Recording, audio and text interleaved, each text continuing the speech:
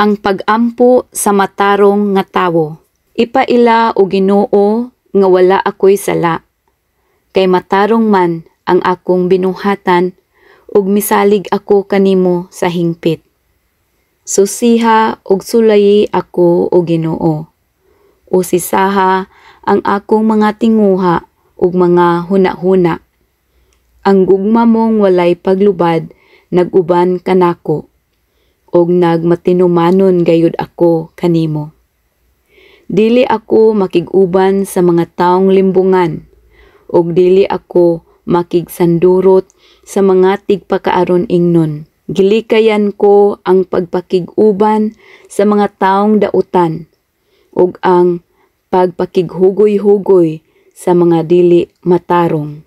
Nanghunaw ako kay wala ako'y sala, ug nagsimba libot sa imong halaran o Ginoo.